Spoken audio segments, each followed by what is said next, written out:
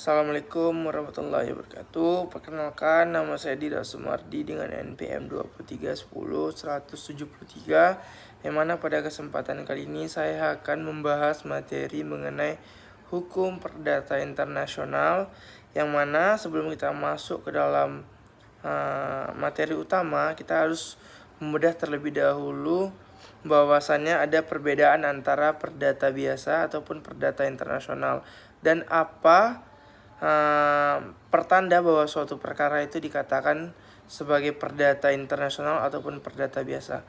Hukum perdata pertama, kita ke definisi terlebih dahulu.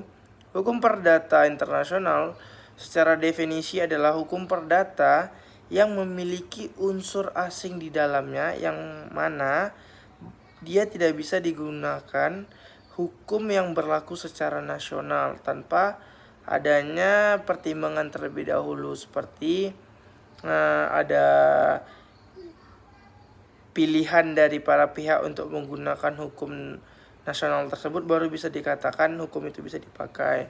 Dan hukum perdata internasional sendiri juga menjadi salah satu polemik permasalahan di era masyarakat sekarang, karena di era yang lintas generasi bisa kemana saja, kita bisa komunikasi dari pihak mana saja, apalagi di bidang ekonomi dan sosial dan budaya. Maka dari itu kita perlu mempelajari mengenai hukum perdata internasional ini, agar kita bisa membedakan bahwasannya suatu perkara itu dapat dikatakan suatu perkara internasional atau perdata biasa. Sedangkan perdata biasa seperti kita ketahui adalah yang berkaitan dengan hak dan kewajiban. Akan tetapi ketika dia ditambahkan kata-kata internasional, berarti itu mencakup dari di luar lingkup dari nasional itu sendiri. Berarti ada unsur yang membuat dia dikatakan tidak bisa dikatakan sebagai hukum perdata biasa. Adapun itu terdiri dari kewarganegaraan ataupun status personal dari seorang para pihak itu. Yang kedua itu ada domisili, tempat kediaman dia. Terus yang ketiga ada tempat perbuatan itu di mana dilakukan. Terus yang keempat itu ada objek benda tersebut atau objek yang menjadi perjanjian tersebut itu berada di mana. Itulah yang menentukan suatu perkara itu dikatakan perdata biasa ataupun perdata internasional. Adapun kita akan membahas mengenai titik taut. Apa sih yang dimaksud sebagai titik taut itu? Titik taut adalah suatu titik yang mengkualifikasikan suatu perkara itu didefinisikan sebagai perkara perdata internasional ataupun perdata biasa. Itulah yang digunakan sebagai titik taut, dan titik taut ini juga terbagi menjadi dua. Yang pertama ada titik taut primer, dan yang kedua ada titik taut sekunder. Titik taut primer sendiri menjadi titik pembeda antara hukum perdata biasa dan hukum perdata internasional. Salah satunya ialah seperti yang saya sampaikan yang di awal tadi, itu ada kewarganegaraan, ada domisili, ada di mana perjanjian itu dilakukan, daerah kapal dan lain sebagainya. Itu menjadi titik pembeda apakah perkara ini dapat dikatakan perkara perdata internasional ataupun tidak.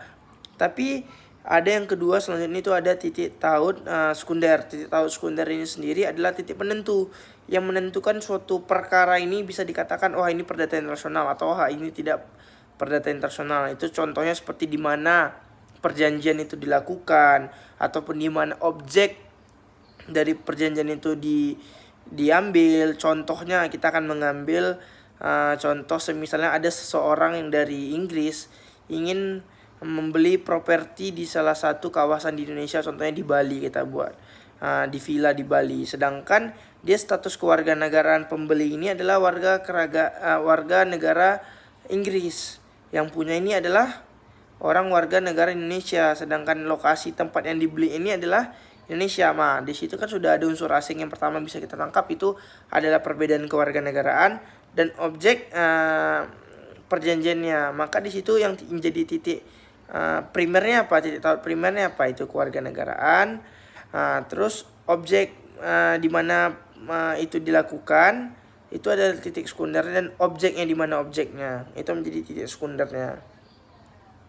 Lantas akan timbul pertanyaan, apabila terjadi sengketa maka hukum mana sih yang dipakai? Apakah pada ilustrasi tadi apakah hukum perdata internasional ataupun perdata biasa? Tentu saja itu diserahkan lagi kepada para pihak yang membuat perjanjian. Mereka terlebih dahulu telah menyepakati apabila terjadi sengketa akan menggunakan pengadilan mana ataupun metode penyelesaian bagaimana dalam menyelesaikan perkara mereka.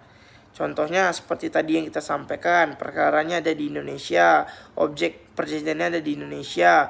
Lantas karena sesuai dengan pasal 18 itu ada tempat objek, pasal 18 itu ada tempat objek perjanjian. Di mana tempat itu berada, maka pengadilan yang berada di situlah yang berhak untuk mengadili perkara tersebut.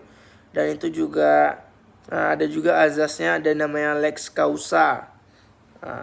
Jadi di situ disebutkan bahwa tanahnya di sini adalah tanah di Bali. Tentu otomatis pemerintahan atau pengadilan di Bali lah yang paling berhak untuk mengadili perkara tersebut.